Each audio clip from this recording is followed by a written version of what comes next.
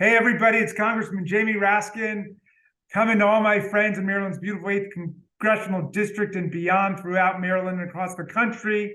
It's Friday, March 31st. It's my favorite time of the week, local hero, when we get to celebrate the people and institutions that make the 8th District such an extraordinary place. This is the 20th anniversary of Arts on the Block, and Arts on the Block is our local hero. And with us today is none other than its heroic executive director, Chris Barclay.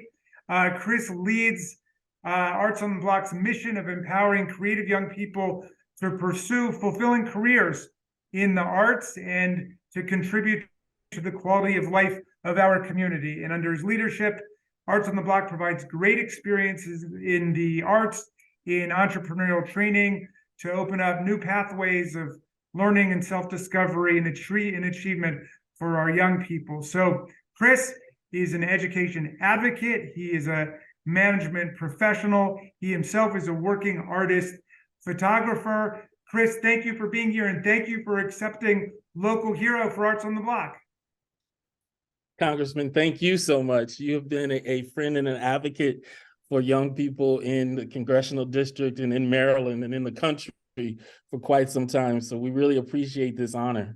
Well, you're very kind to say. In fact, we were able to secure $100,000 in community project funding for Arts on the Block, as you know, for creative workforce development for your apprenticeship program. So, I think a lot of people know about Arts on the Block as a place where young people flock to in order to do art, but it's not just for creative self-expression kind of on the weekend. It's about really preparing young people for careers in the creative professions in the arts, right? That is correct.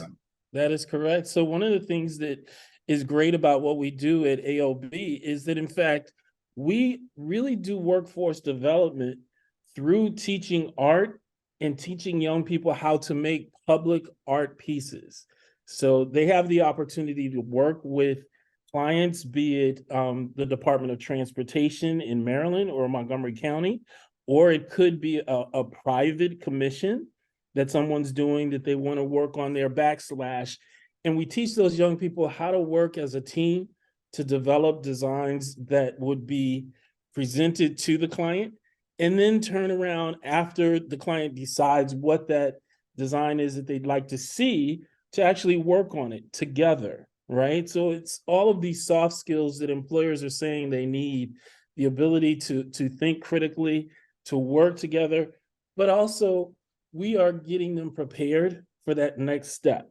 So we're exposing them to other designers in the industry, graphic designers, people who may be working in health services, or they may be working in the wood shop industry or the construction industry, all kind of different industries where they could go into. So we're trying to help them see what could be their future and help them make those decisions, which is really fun. Well, that's wonderful, because I remember, when I was growing up, it seemed like a lot of the kids who were into the creative arts and painting and sculpture and so on, they were seen as interesting, eccentric kids, but that was not really what they were going to do. Like, what are you really going to do? And you're saying we're living in a place where we're able, certainly in Montgomery County, to put the arts in the center for a lot of people in terms of thinking about their professional development. That is really important. And thank you for saying that, because what we're trying to help them see, one is that model of a starving artist. It's not a valid model. There are young people and there are professionals who are in the creative industries and they're making a great living and they're doing wonderful careers. And we want to support them in those careers and teach them and expose them to folks who are doing that and see how they can help have an impact on their communities, right?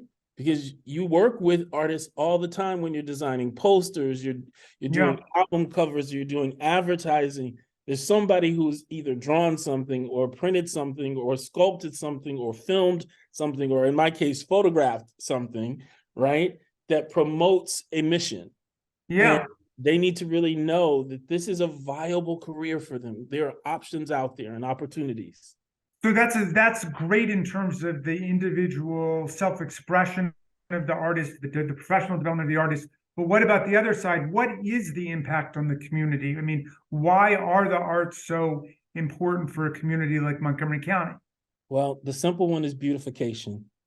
Keep us proud of the places we live and in love with those places. Think about years ago. I think you were actually involved when some of our artists did the mosaics on the benches at downtown Silver Spring, right? But each time those young people walk by those benches, they take pride in what they did.